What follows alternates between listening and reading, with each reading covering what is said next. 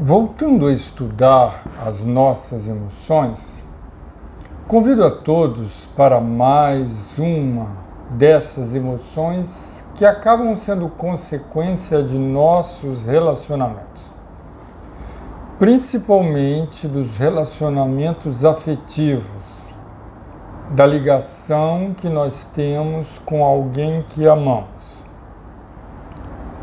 Já trabalhamos lá atrás alguns desses sentimentos e processos emocionais ou emoções que estão presentes. Hoje, nós vamos falar de um processo emocional, infelizmente muito comum, e que acaba prejudicando mais quem sente do que o objeto a quem ele está destinado. Algumas vezes, quando o nosso amor num relacionamento ainda é muito condicional, ou seja, nós amamos para termos um retorno afetivo, para recebermos algo em troca desse amor, e não recebemos na medida do que imaginávamos, ou quando nós imaginamos termos o controle sobre um relacionamento e percebemos que não temos esse controle, ou que aquela pessoa não atende às nossas expectativas, nós podemos cair nesse forte mal-estar, muito sentido em nosso interior, que pode gerar muitas dores emocionais, inclusive um estado depressivo, choro, tristeza. Lembre que a tristeza está lá nas emoções básicas, mas essa já é uma emoção complexa, secundária, e que vem dos relacionamentos, de uma projeção de algo que eu espero de quem eu me relaciono. Estamos falando da mágoa. E a mágoa, como começa, ela é má. Só que imaginamos que a mágoa nós estaríamos ferindo o outro. Não, mas ela é má é conosco. A mágoa é um processo emocional altamente prejudicial. A mágoa pode, inclusive, nos fazer ficarmos doentes. Ela pode se alojar até em algum órgão físico e desenvolver uma psicopatologia. Tamanha carga negativa que pode trazer para a nossa estrutura fisiológica. Como já estávamos falando, muitas vezes a mágoa é um sentimento de não nos sentirmos correspondidos com aquilo que fizemos ou com aquilo que gostaríamos principalmente que os outros nos fizessem. Eu projeto ao outro algo que eu gostaria que fosse atendido e quando não o é, eu me sinto magoado com essa não correspondência. Outro grande problema da mágoa é como quando nós tentamos sequer observá-la.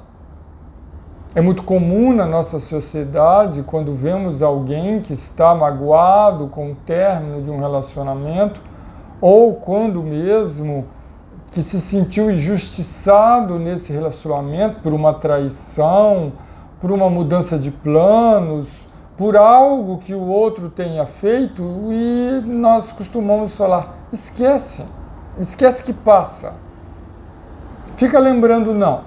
Ou aquela forma de perdão não verdadeira. Ah, perdoa, deixa para lá.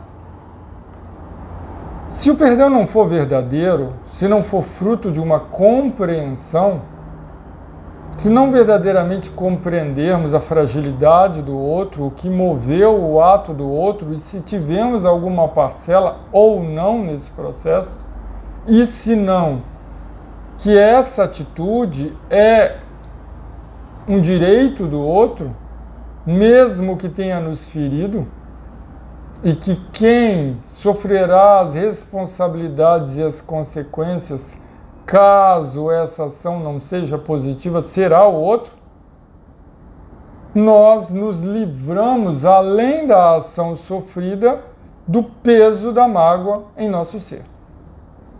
E fazer de conta que a mágoa não existe ou usar o falso perdão pode ser ainda mais prejudicial. Por quê? Nós continuamos magoados, mas aí não temos noção da mágoa.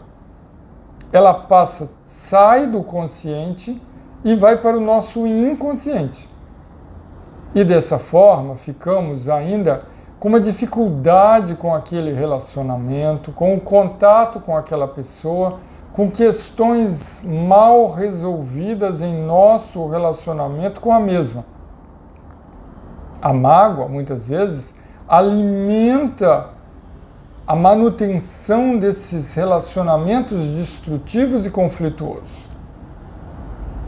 O melhor é uma compreensão, um verdadeiro perdão em que eu não me apego mais à atitude do outro e entendo como fraqueza, dificuldade, imperfeição, desequilíbrio do outro, mas eu não mais alimento esse estado de negatividade da mágoa, ou que eu tome consciência, consiga fazer algo para mudar a situação, procure conversar, procure um diálogo aberto, sincero, que se mantenha, para se manter a harmonia do relacionamento e não me prenda apenas na mágoa.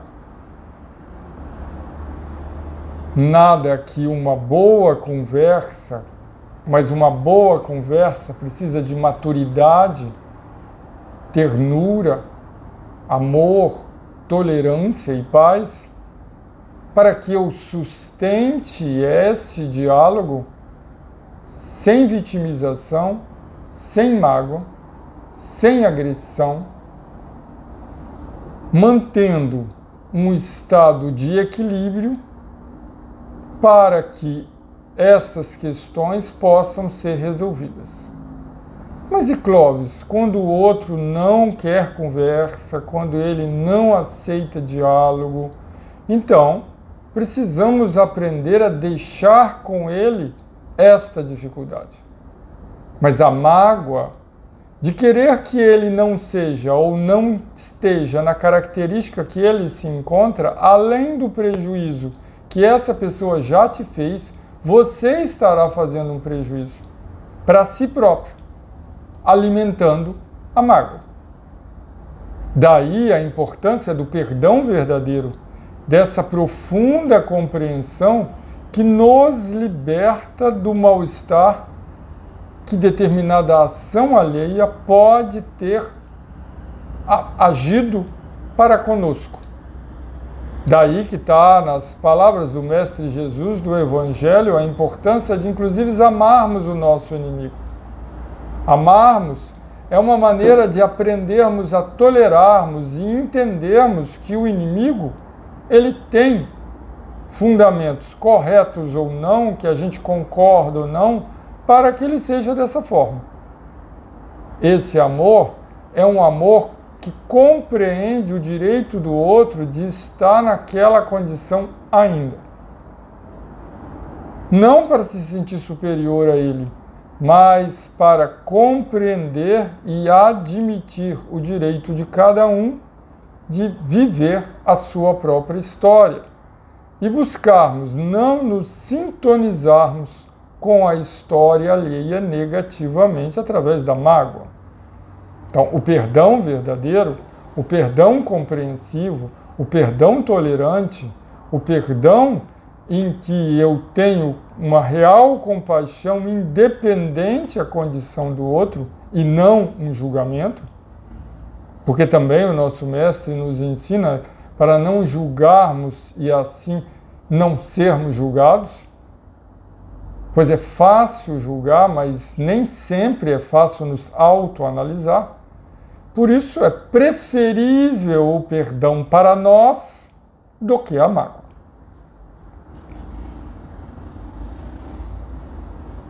Nessa segunda parte, nesse segundo momento, eu convido a todos para entrarmos num estado de maior profundidade, buscando perceber a respiração, o ar que entra, o ar que sai, o ar que entra, o ar que sai, o ar que entra, o ar que sai. Perceba seu corpo. Você pode, nesse momento, tranquilamente fechar os olhos, ou pelo menos focar sua atenção no seu corpo. Perceber o contato do seu corpo com o ambiente em que ele esteja apoiado, a temperatura do local em que se encontre, a tonalidade da minha voz, possíveis ruídos aonde você esteja. E vai sentindo o seu corpo mais leve, mais tranquilo e harmonizado. E buscando inicialmente trazer a sua tela mental, a memória de um momento em que nos fixamos, através da mágoa, a atitude de alguém que não concordamos. De algum dos nossos afetos que não tenha correspondido às nossas expectativas afetivas, amorosas.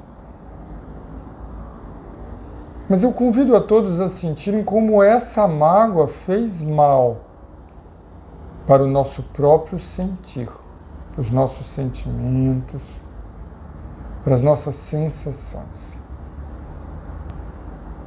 Como acabamos tendo sido duplamente prejudicados, com o ato alheio e com a mágoa que sentimos. Agora eu faço um novo convite. Busquem trazer agora uma nova experiência em que vocês puderam realmente perdoar. Entender que o processo era do outro, era uma dificuldade da outra pessoa. Que não se apegaram e souberam deixar com o outro a dificuldade dele. E aí conseguiram, dessa forma, lidar melhor com essa não reciprocidade aos atos do relacionamento. E percebam a diferença, como quando realmente existe esse perdão, esta tolerância, esta compaixão, como conseguimos deixar com o outro aquela atitude nem sempre madura, nem sempre bem estruturada, nem sempre em harmonia. E que possa, inclusive, ter nos ferido, mas que a gente consegue, com esse perdão, não nos ferirmos igualmente com a mágoa. E muito menos conseguimos diminuir o peso daquela atitude do outro. E assim conseguimos hoje lembrar deste momento sem nenhuma sensação negativa no peito, no ser, interiormente. Convido agora, na finalização, de aproveitarmos esse momento para elevar o nosso pensamento a Deus, aos nossos amigos espirituais que nos apoiam, secundam, mesmo que muitas vezes também nós nem podemos dar um retorno, um amor totalmente incondicional desses benfeitores para conosco, que perdoam as nossas atitudes muitas vezes impensadas, improdutivas, imaturas, e que permanecem apoiando a nossa caminhada, a nossa jornada. Que possamos aprender com os exemplos de tantos mestres, de que podemos pouco a pouco, aprender a desenvolver este amor incondicional, este perdão incondicional, este perdão 70 vezes, 7 vezes. Este perdão que alivia o coração. Ilumina o nosso ser, Senhor e amigos da espiritualidade maior. Convido a todos agora para voltarem a perceber o corpo, para tranquilamente, em estado de harmonia, abrirem os olhos, perceber o contato com a cadeira, um ligeiro movimento do corpo, manter esse estado de gratidão, tranquilidade e paz.